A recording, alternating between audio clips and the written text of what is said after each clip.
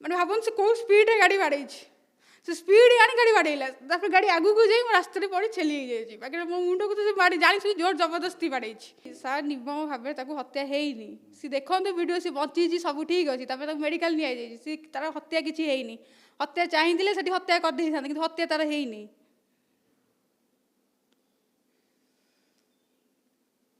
न्याय पाइबा शेष पर्यंत लड़ाई जारी आज्ञा शेष पर्यंत आम लड़ाई करूँ आज मो सहित अच्छी काली आउ क्या हम तो आम लड़ाई केमी न करूँ आम कौन चुप हो ठीक है यही घटना रे आपण बापा माँ संपर्कीय गाँ लोक केते मात्रा समर्थन कर समस्त को समर्थन अच्छी बहु मात्रा समर्थन कर जोटा न्याय से न्याय आपणकर आगामी लक्ष्य पाठशाठ ग्रेजुएशन कंप्लीट कौन कर चिंता कर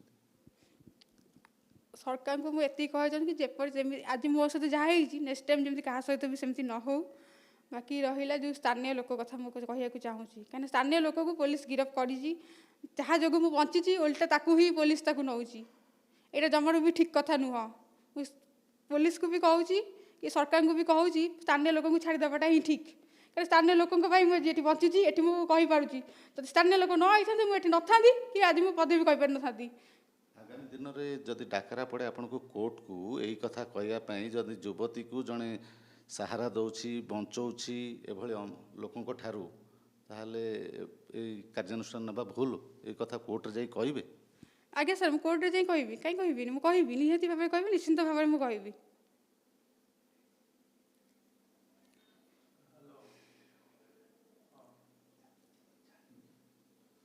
तो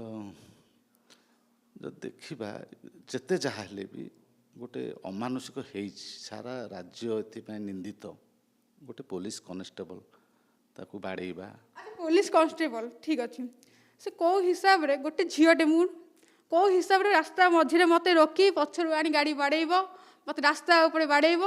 माने गोटे सरकारी से कार्यकारी ना तो कौ हिसाब से रास्ता कर गोटे झीटा सहित से केमी कर काल सके आउ क्या झील थी मो जगह गोटे झील प्रति एभली हवा भी ठीक नुह मो भौणी अच्छा मो झील भी अच्छा आमर समस्त घरे माँ भौणी अच्छा एभली गोटे दिन दीपर एकुटिया देखिकी गोड़ेबा आक्रमण करवा एभली जो आपन जहाँ अभियोगटी आणुंट जे आपन को मुंड को बाड़े रास्ता रूम को नापी कहते यह भी ठीक नुह आगे यहाँ तो जमार भी ठीक नुह आप निजे कहतु जदि जड़े रास्त गला जदि से पुलिस कर्मचारी माने सी ठीक अच्छी ता जगह तो मो सहित सी कहीं करूला आप निजे कहूँ मो सहित कहीं करूला मु रास्ता जमी जा कथा जाऊँ मत देखी हे कही गाड़ी बुले आनी आगुआ मो गाड़ी बाड़े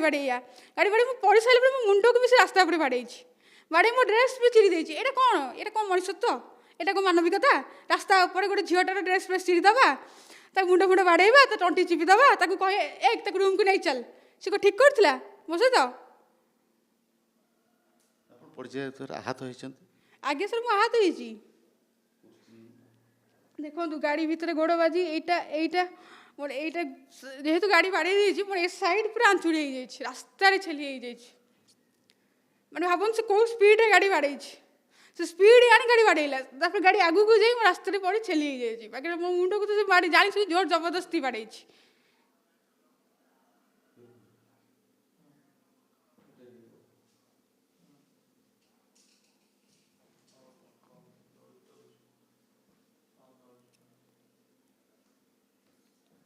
आज कौन कर चाहूँ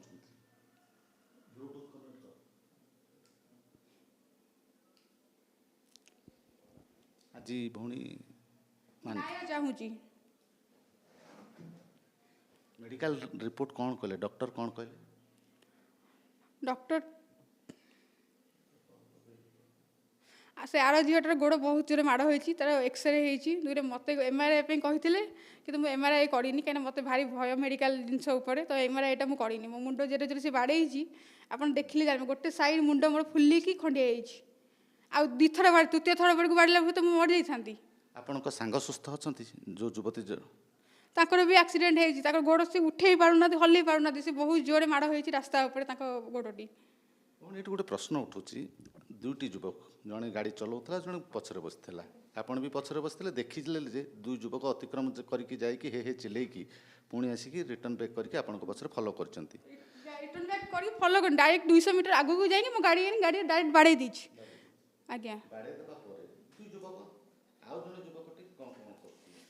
ତ ବାଡ଼େଇ ସାରିଲା ପରେ ମୋତେ ଯିଏ ବାଡ଼ଉଛି ମୁଁ ତା ଉପରେ ଧ୍ୟାନ ଦେବି ନା, ଆଉ ଜଣେ ଯୁବକ କ'ଣ କହୁଛି ମୁଁ ତାକୁ ଧ୍ୟାନ କରିବି। ତ ସିଚୁଏସନ୍ ଶୁଣନ୍ତୁ, ମୁଁ ପଚାରିବାର ଅର୍ଥ ଆପଣ ଜାଣିଛନ୍ତି। ମୁଁ ଜାଣିନି ନା, ମୁଁ ଜାଣିନି ଆଉ ଜଣେ ଯୁବକ ସେଠି କ'ଣ କରୁଥିଲା। ତ ମୋତେ ଯିଏ ବାଡ଼ଉଥିଲା ମୁଁ ତାକୁ ମାନେ ମୁଁ ନିଜେ ଡରିଗଲି, ଏତେ ଜୋରେ ଡରିଗଲି। ମାନେ ମୁଁ କିଛି ଜାଣିନି ସିଚୁଏସନ୍, ଭାଇ କିଏ ମୋତେ ଆସି ଏଡ଼େ ଜୋରେ ବାଡ଼ଉଛି। ମୋତେ ମାନେ ମୁଁ ପୁରା ମାନେ ମୋତେ ଏତେ ଜୋରେ ଭୟ ଲାଗେ, ସେ ମଣିଷର ମଣିଷତ୍ୱ ନାହିଁ, ମାନବିକତା ନାହିଁ, କିଛି ନାହିଁ।